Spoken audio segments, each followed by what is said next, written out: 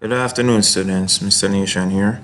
Today I'm going to show you how to install Dev Pascal on your machine. But first, we need to find Dev Pascal.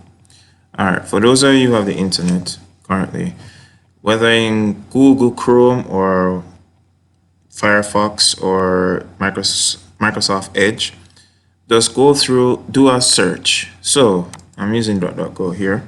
So I'm going to type in Dev Pascal. All right, do a search.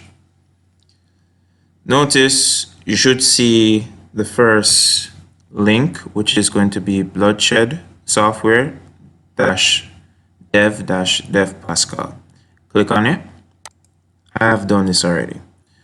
And this should carry you to the website. So you notice that the URL, that's the website address, is bloodshed.net/devpascal.html. Okay, now to find the application, the download, you will just have to come down here. So you should see right here Dev Pascal downloads, right? And that's going to be Dev Pascal 1.9.2 plus the free Pascal compiler.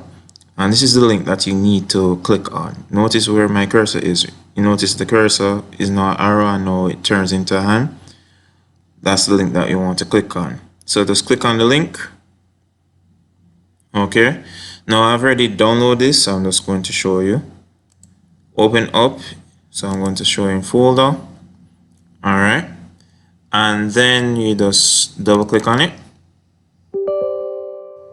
Depending on your machine, you might get this. This is Windows 10. I'm just going to install. Yes. I'm going to agree.